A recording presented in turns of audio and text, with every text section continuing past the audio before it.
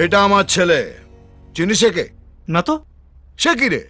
তোর শ্বশুর মশাই। এনার মেয়ের সাথে তোর নাকি আশীর্বাদ হয়েছে, জিজ্ঞেস কর।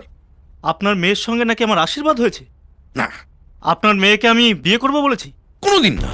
লে হালুয়া, তাহলে কেন আমার বাড়িতে এসে হল্লা করছিলেন যে আপনার মেয়েকে আমার ছেলে বিয়ে করবে বলেছে, আংটি বদলা বদলি করেছে? এটা আপনার ছেলে? ওগো, শুনছো? হ্যাঁ গো, তোমাকে সন্দেহ করছে। আপনাকে কিসের বাড়ি মারলে আপনি শান্ত হবেন বলুন তো?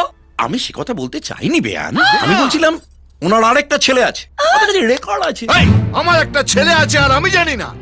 কর্পোরেশন জানে।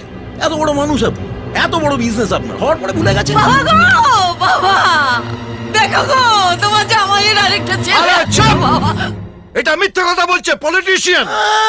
ও আপনারই ছেলে, সেম কালার, সেম চোখ, সেম কান, সেম নাক, সেম। বাবা গো, বাবা। আরে চুপ কর মা, চুপ কর।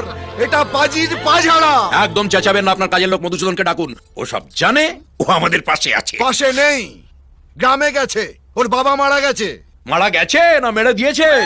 যেই দেখেছেন হাটে হাড়ি ভেঙে যাবে, অমনি সরাটাকে সরিয়ে দিয়েছেন। এই শোনালা, অনেক হয়েছে। এবার কিন্তু মানহানির মামলা করব। এই জানজান ওসব কোর্ট কাছারি আমায় দেখাবেন না। আমি সেই রাজনৈতিক পরিবারের ছেলে যার বাবা হাতে ধরে নাড়ু পাকানো শিখিয়েছে। ভয় দেখাচ্ছেন? হ্যাঁ দেখাচ্ছি। ভয় পাচ্ছি না। আপনার যা করার তাই করে নেবেন। আমি দেখতে চাই আপনি কি করেন। দেখবেন তো তখন, কখন? যখন ক্যাডাররা এসে আপনার বাড়ি অবরোধ করবে। বাথরুমে পর্যন্ত যেতে পারবেন না।